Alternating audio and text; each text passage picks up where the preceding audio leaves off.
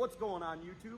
Have you ever been working on something and you ended up breaking the tip right off of the stinking dipstick?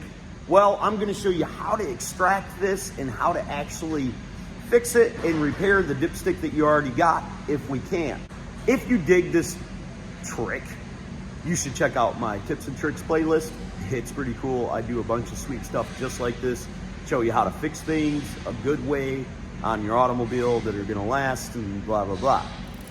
Okay, so if you have one of these little bad lads broke off inside there, you're gonna take a pick and you don't really want to push it down in there any further, so you want to be careful and make sure you get the pick down on the edge. Don't worry, if this doesn't work, I've got another trick that I can do, and I can show you how to do this.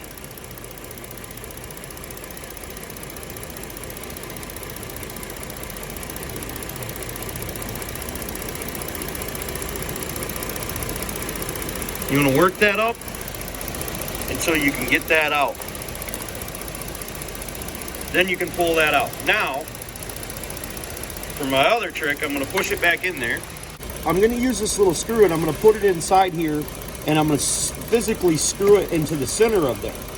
What we're also going to do once we pull that out, we're going to cut the head off the screw and attach our handle to the screw that we have there. We want to be careful not to push down like that. If you're worried about the dipstick falling down inside the dipstick tube, you could grab a pair of vice grips and just apply a little bit of pressure and hold the dipstick so it doesn't fall down while you're screwing it in. And we get the screw started in there a little bit. Then we pull it out.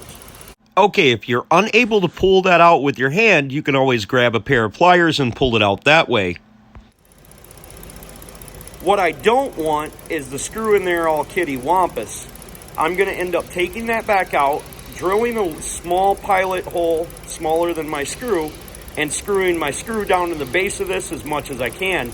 I should be able to go down right to about this little spot right here. Okay, generally these aren't stuck in there that bad. We do not want to use too big a screw because it will split the plastic on the side of the housing. So use the smallest screw you can possibly find and just start it in there with the drill just like I did, and I'm certain you'll be able to get this thing out. So I'm gonna drill in there until it grabs and throws off. Okay, so now with our pilot hole drilled, we can screw our screw down as far as it can possibly go. Then we'll know how much to cut off so we can attach the two ends. Now that I've got it inside my vise, I'm going to drill into it a little bit further so my screw will go down in it deeper. Now we quite simply screw the screw in until it goes down in there far enough. Do not overscrew it, because if you do, it will end up splitting the plastic. Now we're going to take a die grinder, sawzall, or whatever and cut the head off of our screw. Now I probably should have ground down this handle a little bit so it was flat and easier for me to drill into, but I just put it back in the vise. I'm going to drill a hole into it.